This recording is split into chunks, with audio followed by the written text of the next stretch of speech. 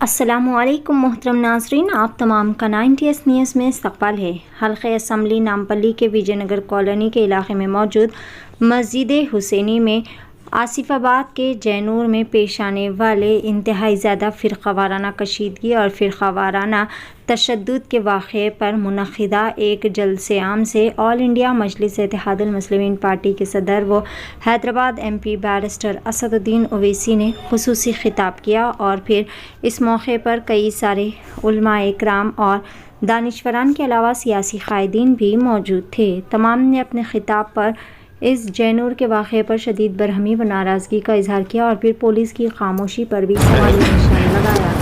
دیکھتے ہیں 90S news کی خصوصی رپورٹ۔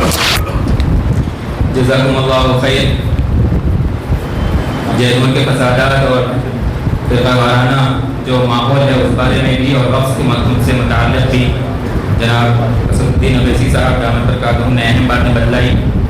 آج کی یہ نشست جیسا کہ میں نے ذکر کیا کہ تمام علماء کرام، ملی جماعتوں اور دانشوران، ملت کا درد رکھنے والے اصحاب کی یہ ملاقات اور میٹنگ ہے جو حضرت شاہ صاحب دامت برکاتہم کی دعوت پر بلائی گئی ہے۔ اس نشست میں ڈاکٹر اسلام الدین مجاہد صاحب کے غالباً موجود ہیں، میں ان سے بھی